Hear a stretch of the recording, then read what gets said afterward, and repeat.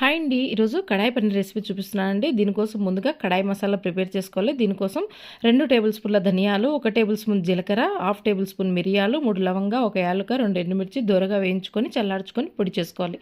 Next ఇదే పాన్లో కొంచెం oil వేసి క్యూబ్స్లా కట్ చేసుకున్నటువంటి ఆనియన్, క్యాప్సికము బాగా వేయించుకోవాలి. ఇవి వేగిన తర్వాత క్యూబ్స్లో కట్ చేసుకున్నటువంటి పన్నీర్ ముక్కలు కూడా వేయించుకోవాలండి. నెక్స్ట్ ఒక పాన్లో ఆయిల్ వేసి జీలకర్ర, ఎండుమిర్చి, అలాగే సన్నగా కట్ చేసి పెట్టుకున్నటువంటి ఆనియన్ వేగిన తర్వాత అల్లం వెల్లుల్లి పేస్టు, పసుపు, టమాటో ప్యూరీ వేసి ఇదంతా బాగా మగ్గిన తర్వాత ఇప్పుడు ఇందులోకి సరిపడా కారము, ధనియాల పొడి, ఉప్పు వేసి దీన్ని మంచిగా మిక్స్ చేసుకోవాలండి.